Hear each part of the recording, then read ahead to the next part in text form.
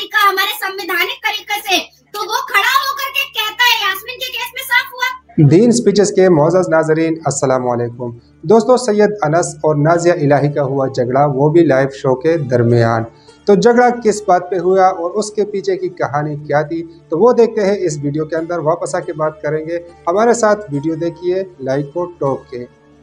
वक्फ board को बनवाया ये मुसलमानों के वेलफेयर के लिए, तो फिर ये छाती क्यों पीटते हैं कि मुसलमान बहुत बेचारा है, मुसलमान शिक्षित नहीं हो पा रहा है। सच्चर कमीशन की रिपोर्ट है, अब 2013 की उठाई है सच्चर कमीशन की रिपोर्ट, 2024 की उठाई है, हम दलित के पीछे है शिक्षा में। अब आप सोचिए कि वक्फ बोर्ड ट्रिब्यूनल में साबित आपको करना है कि आपकी जमीन है, और अगर आप चले जाते हैं न्यायपालिका हमारे संवैधानिक तरीके से, तो वो खड़ा होकर के कहता है, यास्मीन के केस में साफ हुआ कलकत्ता हाई कोर्ट में, वो खड़ा होकर के कहता है वक्फ बोर्ड वाला, यहाँ क्यों आए हैं, हम यहाँ कोई जवाब ही नहीं देंगे, आप ट्रिब्यूनल आइए। तब फिर कोर्ट को वो बोलना पड़ता है कि उनका फंडामेंटल राइट है, उनका लीगल राइट है। आपके ट्रिब्यूनल में वो प्रूफ क्यों देंगी अपनी संपत्ति का? आप प्रूफ दीजिए कि आपने इसको वक्फ बोर्ड का कैसे साबित कर दिया। अब सोचिए कि तमिलनाडु वगैरह में 1500 साल की मंदिर को, इस्लाम है 1450 साल का, ये कहते हैं 1500 साल की मंदिर इनकी है। कैसे भैया, कौन ला गया? 1500 साल पहले औरंगजेब। सैयद अनस साहब, आप इसका जवाब दीजिएगा। जी सवाल कीजिए, सवाल बहुत सारे कर लिए उन्होंने। जवाब दीजिएगा भाई, वो हवाबाजी में जवाब नहीं चाहिए मुझे। सेक्शन हाँ, क्या जवाब चाहिए आपको? हाँ, क्या जवाब चाहिए आपको? क्या चाहिए? वक्फ एक्ट का सेक्शन के हिसाब से जवाब दीजिएगा। अब आप सुन लीजिए, आप जवाब सुन लीजिए। ये जो बुक दिखा रही है, ये ना आपके घर में छपी है ना मेरे घर में छपी है, नाज़िया इलाही। ये वक्फ एक्ट, अगर आप वक्फ एक्ट को नहीं मान रही है तो आप संविधान को नहीं मान रही है। आप वक्फ एक्ट को, आप सुन लीजिए, आपने भी कहा कि ये साहब इन्होंने छाप लिया, कि मेरे घर में छपी है वो बुक। अम्मा का जागीर है या अम्मा का जागीर है, तो संविधान से परे हट करके कोई भी बुक छाप दिया जाएगा। किसने छापी ये बुक? बुक किसने छापी आप बताइए? क्यों मानेगा सनातनी, क्यों मानेगा? अब सनातन बोर्ड भी बनेगा और आपकी संपत्ति जामा मस्जिद को बोला जाएगा कि अरे आप जाइए, जाके आरती उतारिए, सनातन बोर्ड बनिए। आप जैसे जाहिरों के साथ डिबेट करना मेरा मकसद नहीं है। ये किससे अनुमति लेकर के छापा गया है? अरे क्या हमने छापा है? क्या जाहिल है ना? बिल्कुल, क्या पढ़ी लिखी है थोड़ी बहुत? आप क्या जाहिल है? वक्फ बोर्ड का चेयरमैन कौन अपॉइंट करता है? आपको मालूम है कितने मेंबर होते हैं वक्फ बोर्ड के अंदर? आप जैसे जाहिल लोग जिन्हें ये तमीज नहीं है कि ये छाप दिया, किसने छापा है? ये कौन सी बुक लेकर आप बैठे? वक्फ एक्ट को मानने वाले लोग हैं या नहीं है? संविधान से अलग हट के बात करेंगे? कुछ भी तो दिल में आ रहा है, कुछ भी कहेंगे और सब सुनेंगे आपकी। चलिए आप मुझे बताइए, वक्फ बोर्ड का और वक्फ एक्ट का आप बताइए मुझे, मैं आपसे सवाल कर रहा हूँ। वक्फ एक्ट के तहत आप बताइए, वक्फ बोर्ड का चेयरमैन कौन अपॉइंट करता है? आप जवाब दीजिए, वक्फ बोर्ड का चेयरमैन अपॉइंट कौन करता है? अरे आप बताइए ना, आप बहुत ज्यादा पढ़ी लिखी है, आप बताइए वक्फ बोर्ड का चेयरमैन कौन अपॉइंट करता है? बॉडी कौन बनाता है? बॉडी कौन बनाता है वक्फ की, ये बताइए आप। वक्फ बोर्ड का वक्फ ट्रिब्यूनल का जज कौन अपॉइंट करता है, ये बताइए आप। Article number. अरे आप ये बताइए आर्टिकल नंबर पे तो मैं आऊंगा, पहले ये बताइए वक्फ बोर्ड को वक्फ कहते कैसे हैं? आपको तो यही नहीं मालूम। आपको अभी तो आप आ गई हैं। हाँ, अरे आप तो कुरान में भी बता दूंगा मैं आपको। आपने पढ़ा नहीं है ना कुरान असल में। अगर आपने बचपन में कुरान पढ़ लिया होता तो आपको ये समझ में आता कि कुरान में वक्फ कहाँ है। आपको कुछ नहीं मालूम सिवाय इस बात के कि आप आगे बैठ गई हैं और इस्लाम के बारे में आप बुरी बातें बयान कर रही हैं, और आपको ना संविधान से लेना देना कुछ, ना इस्लाम से लेना देना कुछ, ना आपको दुनियावी मालूमात है। आपको ये मालूम ही नहीं है। आपको मालूम है।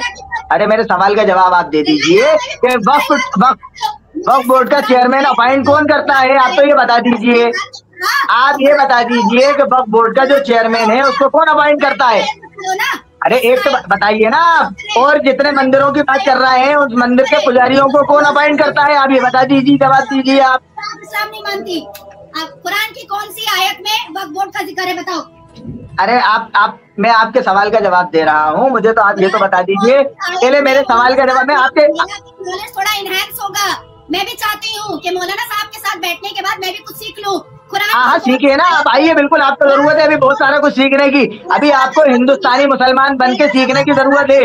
अभी जो आप हिंदुस्तान के अंदर ये गंद फैला रही हैं, जो आप ये गंद फैलाने का काम कर रही है ना, उस गंद को साफ करने का काम हमने लिया है, बेड़ा उठाया है। ये कुछ मत दिखाइए, इससे कोई, मुझे तो मेरे सवाल का जवाब दीजिए सिर्फ। वक्फ बोर्ड का चेयरमैन को अपॉइंट कौन करता है? वक्फ बोर्ड के चेयरमैन को अपॉइंट कौन करता है? मुझे इस बात का बता दीजिए आप। सरकार अपॉइंट करती है, सरकार अपॉइंट करती है। कितने लोगों की बॉडी होती है आप बता दीजिए। वक्फ एक्ट की हवा तक नहीं लगी आपको। एक किताब लेके आप बैठ गए और आप कह रही है ये छाप दिया और वो छाप दिया। हाँ, आपको जब आपको नहीं मालूम तो आप ऐसी बातें फैलाएंगी कि साहब आप कुरान में ये बता दीजिए, हदीस में ये बता दीजिए। आपको कोई हवा नहीं लगी। एक मौजू पे बात कीजिए, एक एक टॉपिक पे बात कीजिए। और अब मैं आपसे पूछ रहा हूँ ना, आप बताइए, आपने कहा वक्फ बोर्ड की बुराई की आपने कि मुसलमानों के हाथ में है। मैं आपसे पूछ रहा हूँ मुसलमानों के हाथ में कहाँ से वक्फ? वक्फ बोर्ड का चेयरमैन कौन अपॉइंट करता है? मुझे इसका जवाब दे दीजिए। इस बात का जवाब दे दीजिए आप इस बात का जवाब नहीं देंगी क्योंकि सरकार अपॉइंट करती है। 14 लोगों की बॉडी होती है, 2 बार काउंसिल से आते हैं, 2 समाज सेवी होते हैं। नहीं मालूम आपको? कुछ नहीं मालूम आपको, हवा तक नहीं मिलेगी। आप आ गई पपेट की तरह बयान करने के लिए कि साहब मैं वक्त पे ये बोलूंगी, मैं मुसलमानों के खिलाफ बोलूंगी, मुझे टीआरपी मिल जाएगी, मैं जो है मुझसे हिंदू लोग खुश हो जाएंगे, सनातनी लोग खुश हो जाएंगे। आपका वसीम रिजवी से बुरा असर होगा। तो उसे कुत्ते भी नहीं पूछ रहे, आपको भी कोई नहीं पूछेगा। बस समझ लीजिए आप, मैंने आपको समझा दिया। मुझे जो मौजूद दिया गया था वक्फ का, मैं उन्हें उससे बात की है और उसी पे बात करूंगा मैं। आप वक्फ के खिलाफ जा रही हैं, आपने वक्फ को समझा ही नहीं है अभी। आप तो मुझे एक सवाल का जवाब दे दीजिए। आप आराम से चाय पीजिए, चाय पीने आई हैं आप मुझे एक सवाल का जवाब दे दीजिए कि वक्फ बोर्ड का चेयरमैन कौन अपॉइंट करता है? आप क्यों नहीं बताएंगी? परेशानी ये है ना, असल में आपको कुछ मालूम नहीं है, इसलिए आप नहीं बताएंगी। नहीं बता पाया भाई। अरे तो मैं आपको बता तो रहा हूँ, मुझे ऐसी डिबेट नहीं करना। मुझे अगर पता होता कि इस डिबेट में नाजिया इलाही जैसी लड़की आएगी तो मैं बिल्कुल नहीं आता इस डिबेट के अंदर। अब आप ताली बजाइए आराम से।